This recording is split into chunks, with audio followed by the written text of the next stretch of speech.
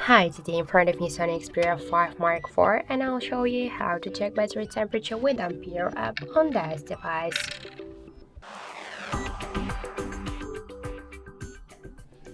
So first we should open the Play Store application, and in the search bar we should enter the Ampere.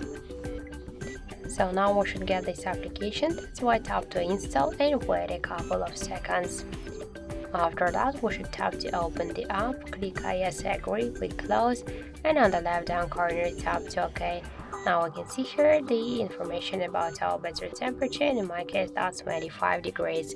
Also we can find here more information like the battery health, capacity, voltage, model of our device, Android version, and more other info.